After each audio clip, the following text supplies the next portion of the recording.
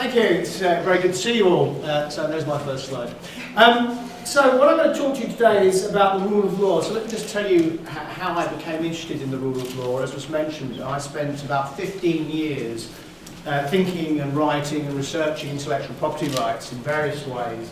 And about 3 or 4 years ago, I found myself in a workshop on traditional knowledge, with two groups in that workshop. One group of people saying that the exploitation of traditional knowledge was an outrage and it needed to be stopped in all sorts of ways. Another group of people saying the only hope for traditional knowledge was for it to be exploited because then it would be reproduced.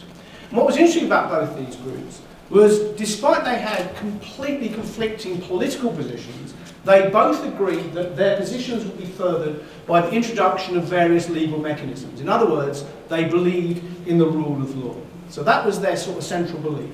So let me first of all just check. Are there any anarchists in the room? Anybody here is an anarchist?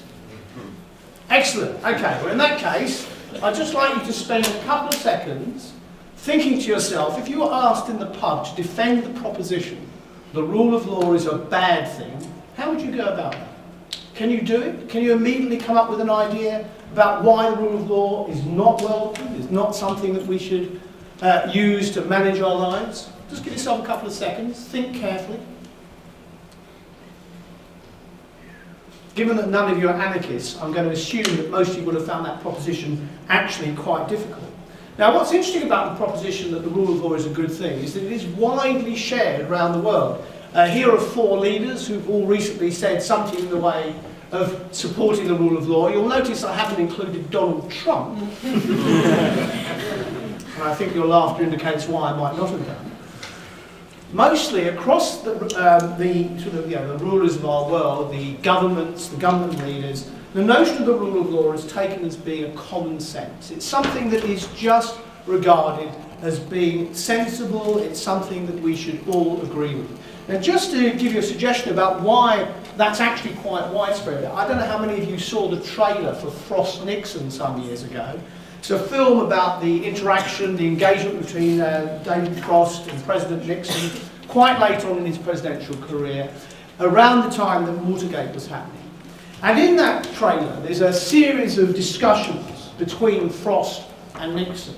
And at one point, as the trailer sort of gets to the end, reaches its peak, as it were, Frost asks Nixon something, and Nixon's response is, and I'll just have to read this, I've written it down, when the president does it, that means it's not illegal.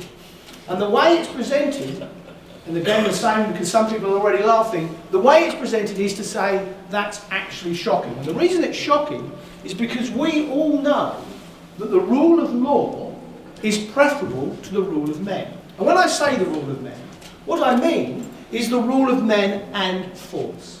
The rule of law indicates something about legitimacy, it relates something about social justification.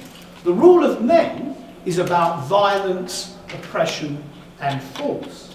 And so what we see when we think about that term, the rule of law, is a rejection of what we might call arbitrary government, the government of individuals with their own interests, again, the positive exception of Donald Trump. When we think about that, that's how we understand how society works.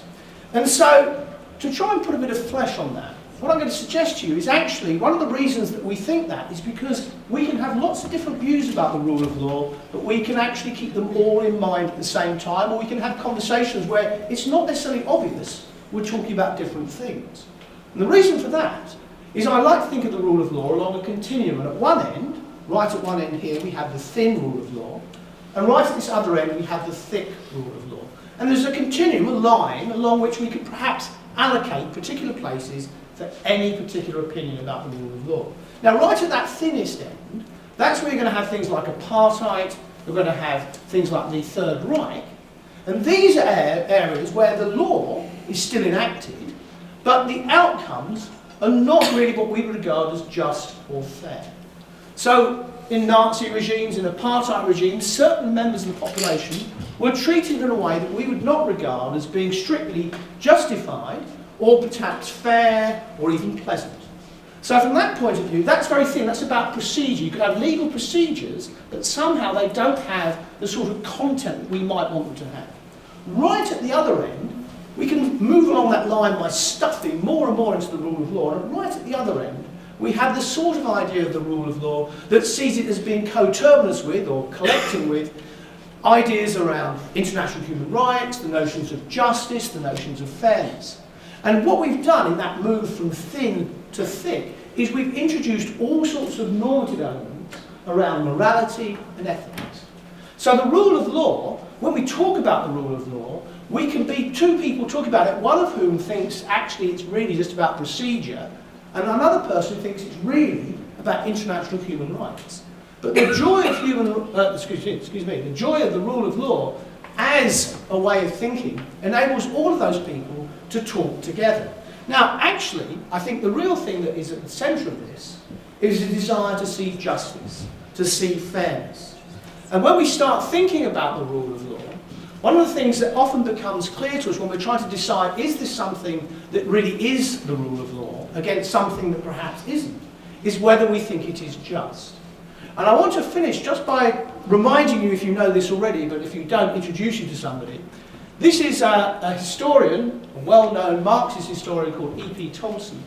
And E.P. Thompson spent a lot of time thinking about the law in the 18th century. He wrote a fabulous book called Whigs and Hunters. And in Whigs and Hunters, what Thompson does is he looks at the way the ruling class in 18th century Britain ran the legal system. And of course, what he talks about is what were then called the Black Acts. And the Black Acts were all about hanging, essentially, people who stole sheep, hanging people who, in some way, stole things that belonged to the rich and the wealthy. But what Thompson concluded was, even though the law was being used in that way, because it was pretending, or at least trying to be, the rule of law rather than the rule of men, at any time it had to deliver something that looked like justice. And because it had to deliver something to look like justice so people would actually regard it as legitimate and follow the law without being forced to, that meant that actually, for some of the time, it delivered the very justice that it was pretending to deliver. So what Thompson concluded was actually, even when the law looks like procedural law, the very act of getting people to follow the law voluntarily means at some point it must produce justice. And by doing so, even if that justice is incomplete or partial, the rule of law remains an unqualified human good. And I leave you with that thought. Anytime somebody says to you, oh, I'm not so interested in the law, I'm not so interested in people following it, you should dismiss that. The rule of law is always a good thing. It may be variable, it may be employed in different ways, but just to come back to Donald Trump, what is the most interesting thing about American politics at the moment is both at the same time that Trump is trying to reject the rule of law in many ways, actually it is acting to keep him under control. It is undoubtedly an unqualified human good. Thank you very much.